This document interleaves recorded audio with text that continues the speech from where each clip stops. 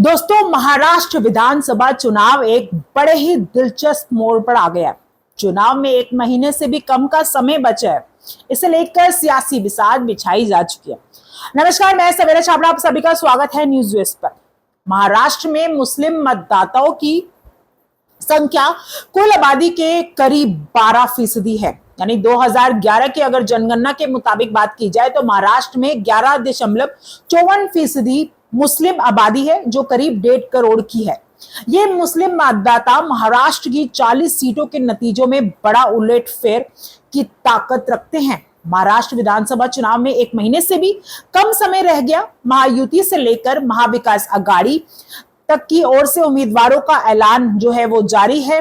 इस बीच समाजवादी पार्टी और एआईएमएम ने एमवीए गठबंधन की टेंशन बढ़ा दी है। सपा सुप्रीमो अखिलेश यादव महाराष्ट्र में एमवीए गठबंधन की ओर से सीटें नहीं दिए जाने से नाराज नजर आ रहे हैं। महाराष्ट्र विधानसभा चुनाव के मद्देनजर अखिलेश यादव ने रविवार यानी कि 27 अक्टूबर को एमवीए को चेतावनी भी दे डाली है। समाजवादी पार्टी और असदुद्दीन ओवैसी की महाराष्ट्र में एंट्री ने कांग्रेस और एनसीपी की टेंशन बढ़ा दी है।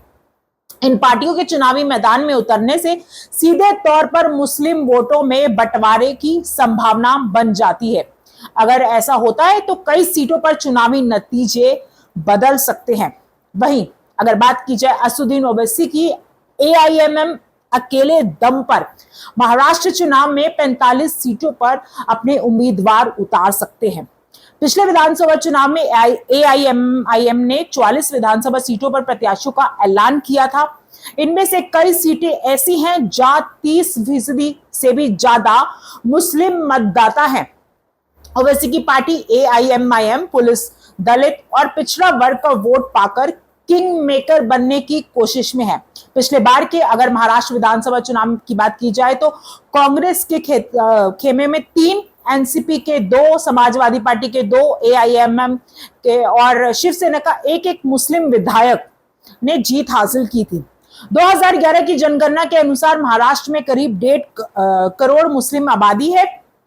महाराष्ट्र के उत्तरी कोंकण, खानदेश, मराठवाड़ा और पश्चिमी विदर्भ में मुस्लिमों की संख्या ज्यादा है। मुस्लिम समुदाय की करीब 40 विधानसभा सीटों पर हार जीत में प्रभावी भूमिका है। पिछले बार के महाराष्ट्र चुनाव में 10 मुस्लिम विधायक जीते थे। इनमें से 3 कांग्रेस, 2 एनसीपी, 2 सपा और 2 एआईएमएम और 1 शिवसेना से जीते थे। ऐसे में देखने वाली बात यह होगी कि क्या वाकई में समाजवादी पार्टी और असदुद्दीन ओवैसी की महाराष्ट्र में एंट्री चुनाव में कुछ खेल कर सकती है। क्या लगता है आपको? हमें कमेंट करके जरूर बताइएगा। फिलहाल के लिए इस वीडियो में इतना ही।